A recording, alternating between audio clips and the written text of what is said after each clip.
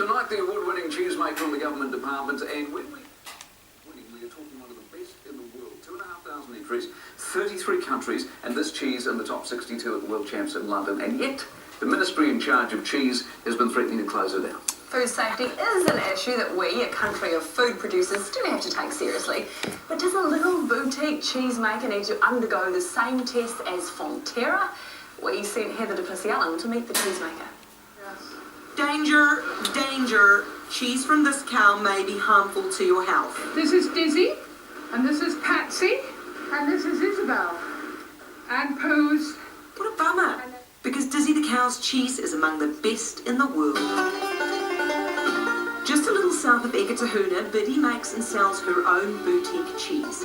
It might be good enough to win a Super Gold Award in London. It might be good enough to serve at Prince George's Playdate this year.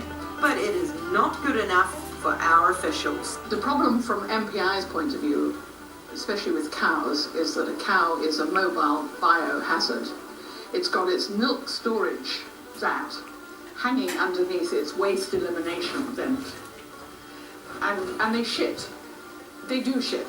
So Biddy's problem started the day she appeared on Country Calendar.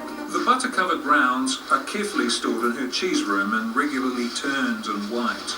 The authorities were watching. Suddenly, they wanted tests.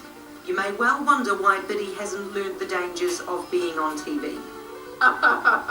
Well, they're probably building a public gallows for me as we speak. Now, there's no problem with safety. I mean, just look at the Crocs and the clothing that she's making us wear. And she's passing those tests. I'm passing them. There's no problem. You know, absolutely no problem. The problem is the cost of the tests. Biddy only makes $33,000 a year, but she forks out more than $4,000 in tests and audits. She doesn't think it's fair to face the same high-tech and expensive tests as dairy giant Fonterra. No-brainer. Complete no-brainer. But no, it's dairy. It's dangerous. You get the feeling Biddy knows she's being a pain to those authorities. It has been a battle for 5 years now. And they thought, for goodness sake, you know, she's now 72. Isn't it about time she fell off the perch? And then the problem will be over. Now, it seems the right thing to do to try this dangerous cheese on behalf of all of you out there. It has got a lot of flavour. I'm not dead. And if the authorities are watching, and we do know that they like TV, Biddy has this advice. Just amend the regulations and then I'll be off their backs, won't I? I'm quite right, you tell them, but anyway, earlier I spoke on her behalf to Matthew Stone from the Ministry of Primary Industries. So Matthew, last I saw you were trying to close her down as of the 1st of November. Is that still current or not? I'm very pleased to report that we've got a plan in place with Miss Biddy Fraser-Davies, and so there's an audit scheduled for later this month, and we hope that she does well. But she's claiming that's a $4,400 bill on a $33,000 turnover. Is that right? Well, that's the cost for her what we call verification. It's essentially an audit, so but why is it so once high? a year. Let me just say that MPI doesn't set those costs. We set the requirement for an audit. It's a huge amount of money. I mean, if you make somebody do something, you can't opt out and say, well, it's not really our fault. I mean, if you're forcing them to do it, you're forcing them to do it, aren't you? Every business needs to be audited, and it's important for food safety reasons. I mean, what our system is designed to do is to protect consumers. So consumers have the if you're right only to turning eat out safe food. $33,000 a year, $4,400 cripples you. Why isn't there a system in place when you're a tiny business, there's a tiny bill, and you're a big business, there's a big bill? Well, this is a customised program. We have worked with Cwmglyn Farmhouse Cheese to set up a risk management program template that is best suited to small cheesemakers. What do you get from what's the guy do that's worth $4,400? I guess it's what the best question to ask is what do consumers get from that? They get peace of mind, they're not going to get poison presumably, but I mean that's a tremendous amount of money. For how many days does it take?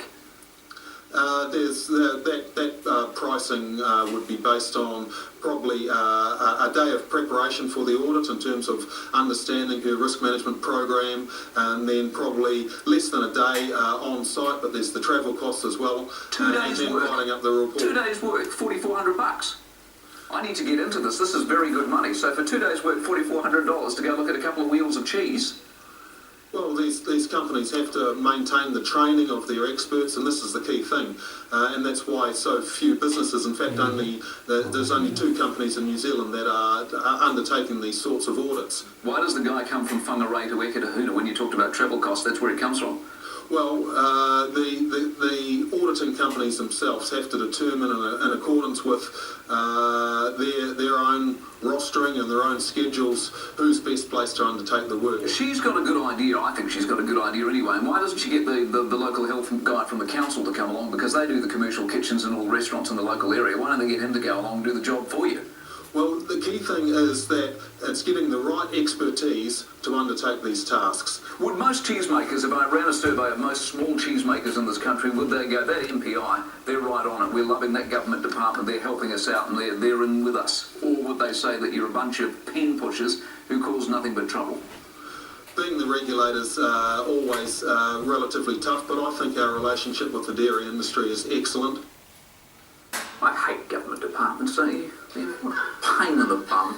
So he's there for me. I'm sure he's a very nice bloke and all that sort of stuff, but for God's sake, I don't like the. I don't hate the tax department, by the way. I like the tax department. The tax department's very nice. Really? You know. He also, as I just found out, hates cheese. Yeah, I don't. And this is the funny question. So we're sitting here this afternoon, and Nadine comes up with these random questions. She's the queen. She's the queen of the random questions. I'm trying to learn a little bit more about Mike Out of the Hosking. blue, she goes, "Have you ever made cheese at home?"